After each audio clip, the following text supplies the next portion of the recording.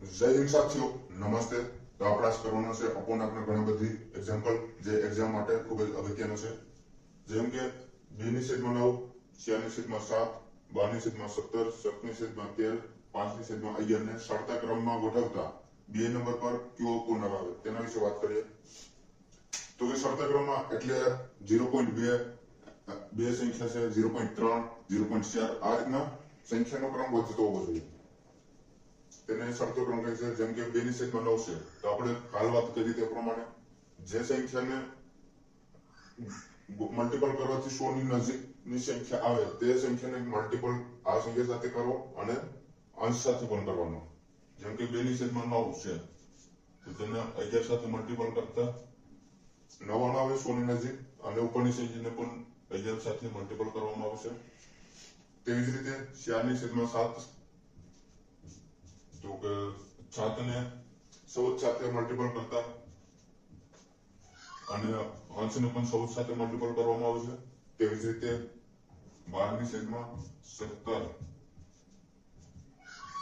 17 ને તો કે 6 સાથે મલ્ટીપલ કરતા અને અંશને પણ 6 સાથે મલ્ટીપલ કરવામાં આવે. અને 7 ની છેદમાં 13 છે તો 13 ને 8 સાથે મલ્ટીપલ કરતા 100 ની નજીક આવે. તેવી જ રીતે અંશને પણ 8 સાથે મલ્ટીપલ કરવાનો અને 5 ની છેદમાં 11 9 સાથે મલ્ટીપલ કરવો અને અંશને પણ 9 સાથે મલ્ટીપલ કરવો. હવે તમને 2 11 દુ 22 99 14 ચોક 56 બટે 14 7 98. તેવી જ રીતે 12 72 17 102 7 8 56 13 8 104 5 9 45 બટે 11 9 99. હવે છેદને ભૂલી જાઓ અને જે સંખ્યા આમાંથી મોટી હોય તેને પહેલા લખો. તો કે 72 મોટા છે એટલે 7 ની છેદમાં 13 એ બધી તો મોટી હશે. સોરી 72 છે એટલે 3 નંબરની સંખ્યા એટલે પેલી બીજી ત્રીજી. 12 ની છેદમાં 17 એ બધી તો મોટી થશે. 12 ની છેદમાં 17 ગ્રેટર ધેન એના પછી મોટી સંખ્યા કઈ છે તો કે 56. હવે જો 56 બે માં છે તો જેનો છેદ મોટો હોય તેના ભાગ પણ વધારે પડશે અને જેનો છેદ નાનો હોય તો તેના ભાગ ઓછા પડશે. એટલે 56 ની છેદમાં 98 છે એના ભાગ ઓછા પડશે એટલે તે સંખ્યા મોટી હશે. તો તેના અહીં લખો 4 ની છેદમાં 7. તેવી જ રીતે આ છે પણ 4 નંબરની સંખ્યા 7 ની છેદમાં 13 7 ની છેદમાં 13. તેવી જ રીતે ગ્રેટર ધેન એના પછીની મોટી સંખ્યા 45 છે એટલે છેલ્લી સંખ્યા 5 ની છેદમાં 11 ગ્રેટર ધેન 22 ની છેદમાં 9 એટલે 2 ની છેદમાં 9 2 ની છેદમાં 9. હવે આપણે સરતા ક્રમમાં 2 નંબરનો કેવો પૂર્ણાંક આવે તો કે આ પહેલો આ બીજો એટલે 4 ની છેદમાં 4 આપણો જવાબ થશે. તેવી જ રીતે આ દાખલાને બીજી રીતના પણ ગણી શકે છે. તો કે એક સંખ્યાની પાછળ 0 મૂકી દેવાનો અંશમાં. હવે 9 ને 9 દુ 18, 7 ને 40 વડે ભાગવાના. 7 5 35 તો 7 7 49.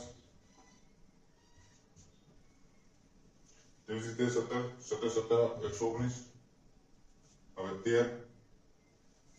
13 5 5 રિમેન 5 50 એટલે 1352 અને 13 39 5.3 થશે અને 1144.6 રિમેન 11.55.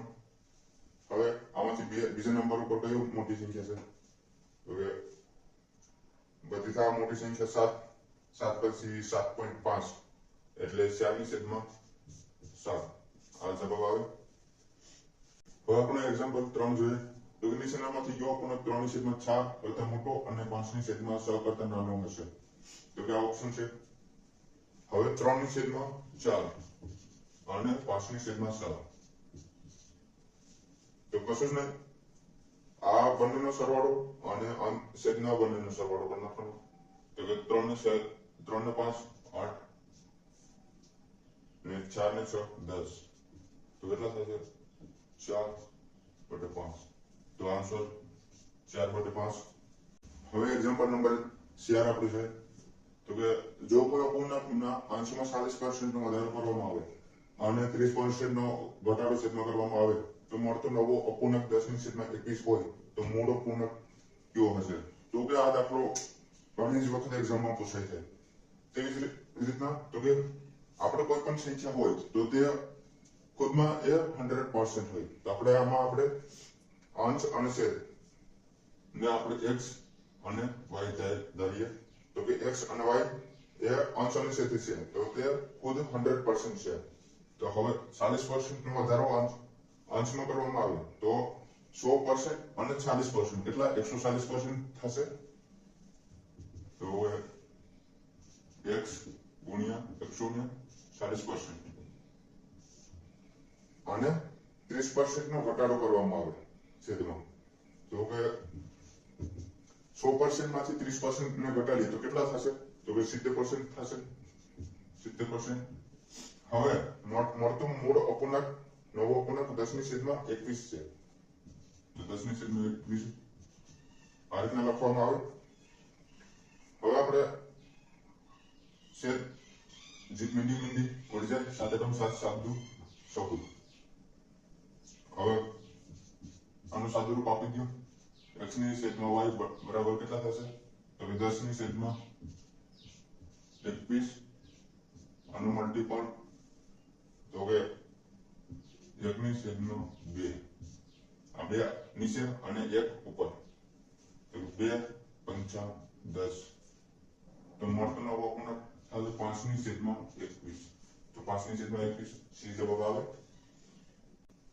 હવે એક્ઝામ્પલ છે પાંચમું. તો કે 3/5 4/7 8/9 અને 9/11 ને તો કે આ બધા અપૂર્ણાંકને ઉતરતા ક્રમમાં ગોઠવો. તો કે કઈ રીતના? તો કે મોટી સંખ્યાથી નાની સંખ્યા તરફ ગોઠવવાના છે. તો આમાં કઈ કશું નહીં. તો કે આ બંનેનો તફાવત લઈ લો. તો 3/5 નો 2 હવે 4/4 છે તેનો તફાવત 3 થશે. 8/9 છે તેનો તફાવત 1 થશે અને 9/11 છે તો તેનો તફાવત કેટલો થશે? 2 થશે. હવે 3 4 8 અને 9 અંશને તે જ રીતે લખી નાખો. તેવી જ રીતે 2 છે તો 2 ને છેદમાં લખો. હવે તફાવત 3 છે તો 3 ને છેદમાં લખો. તફાવત 1 છે 1 ને છેદમાં લખો અને તફાવત 2 છે 2 ને છેદમાં લખી નાખો. હવે કશું નહીં ભાગાકાર નાખો. 3/2 છે તો 2 એકમ 2. હવે 4/3 છે 3 એકમ 3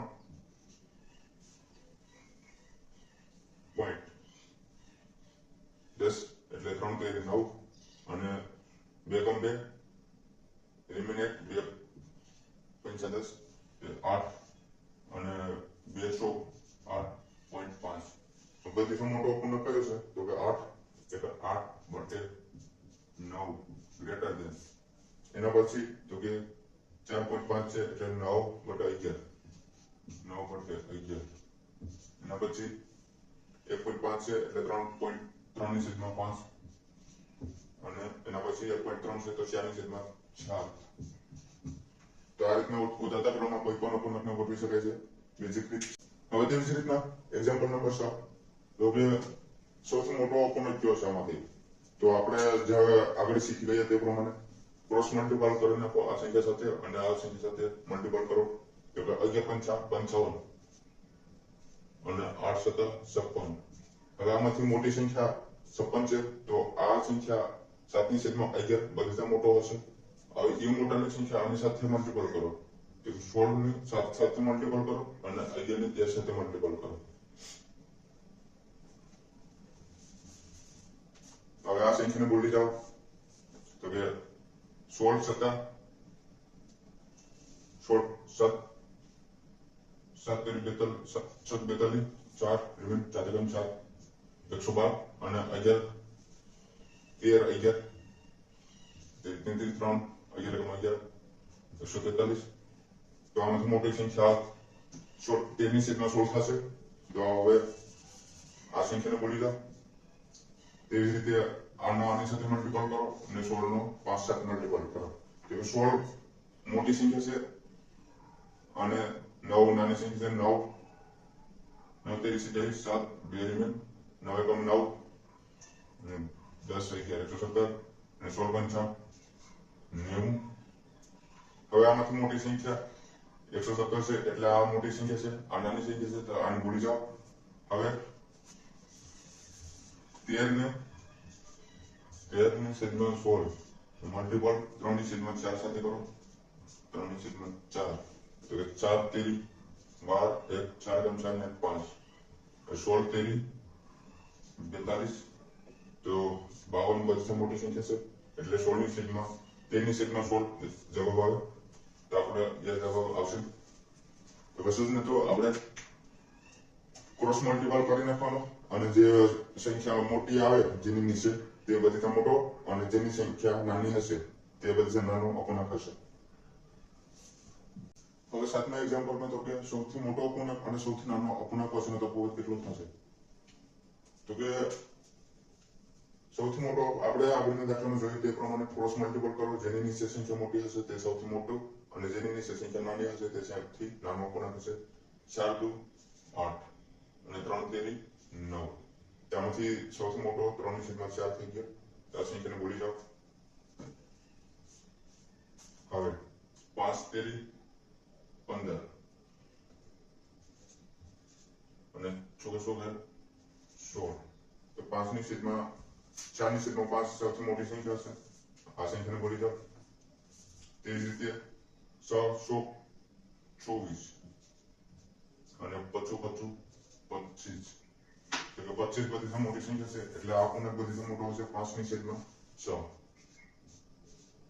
તો તફાવત કરવાનું છે સૌથી નાની સંખ્યા કઈ છે તો કે 4 2 8 અને 3 તેરી 9 એટલે 2 ની છેદમાં 3 સૌથી નાની સંખ્યા છે અપૂર્ણાંક 3 પંચા 15 માઇનસ 6 2 12 છેદમાં 6 તેરી 18 15 માંથી 5 એટલે 3 અને 18 3 એકમ 3 3 7 18 તો જવાબ આપણે આવશે 1 ની છેદમાં 6 એટલે એ જવાબ આપણે આવી જશે તો સાથીઓ આજનો ક્લાસ અહીં સુધી સમાપ્ત કરીએ છીએ